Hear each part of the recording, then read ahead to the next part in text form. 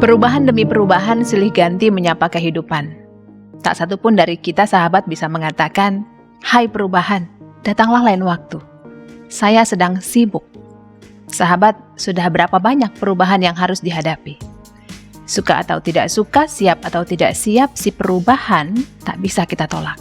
Terkait dengan perubahan dan pandemi yang masih kita hadapi saat ini, info dan opini hadir dengan tulisan berjudul Akibat COVID-19. Semua akan berubah. Tulisan Pendeta Dr. Albertus Pati. Saya Uli Manalu. Sahabat, benar bila orang mengatakan akan terjadi perubahan besar dalam cara kita hidup dan cara kita beragama, meski kita tidak tahu sebesar apa perubahan yang akan terjadi nanti. Perubahan apapun selalu bersifat ambigu. Pasti ada yang positif dan pada saat yang sama menghasilkan konsekuensi negatif. Yang harus kita lakukan adalah menyiapkan diri menghadapi perubahan itu. Bila kita belajar dari sejarah, ada hal yang sangat menarik karena kejadian yang kita alami kini memiliki kesejajaran dengan peristiwa penting pada abad pertengahan di Eropa.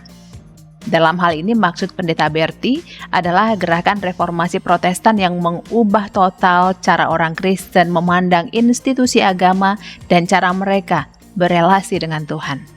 Gerakan reformasi diawali oleh dua peristiwa besar yang menggemparkan dunia, terutama Eropa sebagai pusat peradaban dunia saat itu.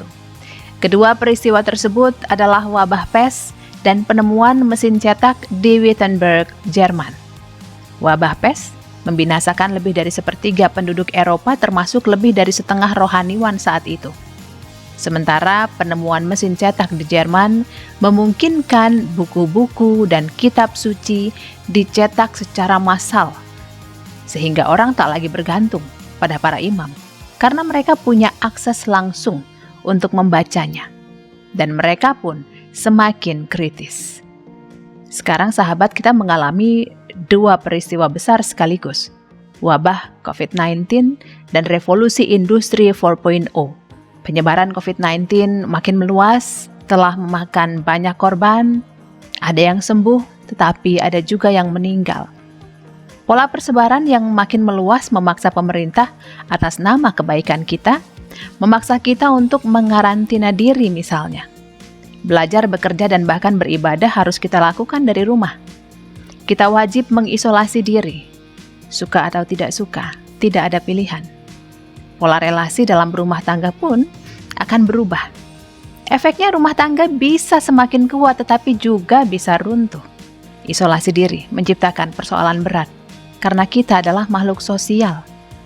Di sisi lain, juga karena ada 70-an juta orang Indonesia yang bergantung pada aktivitas ekonomi non-formal yang membutuhkan perjumpaan fisik.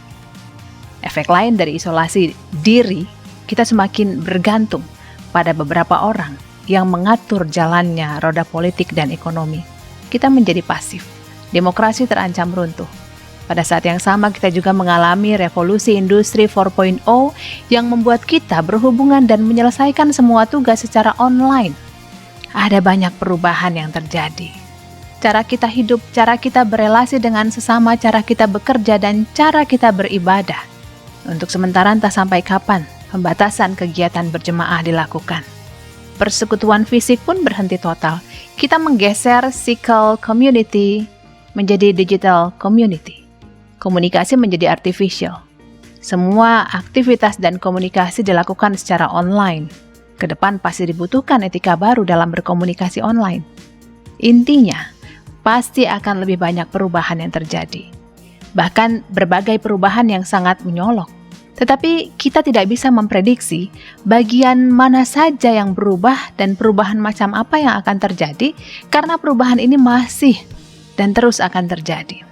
Baik perubahannya maupun cara kita merespons sedang berproses sahabat, sedang berproses mencari bentuk.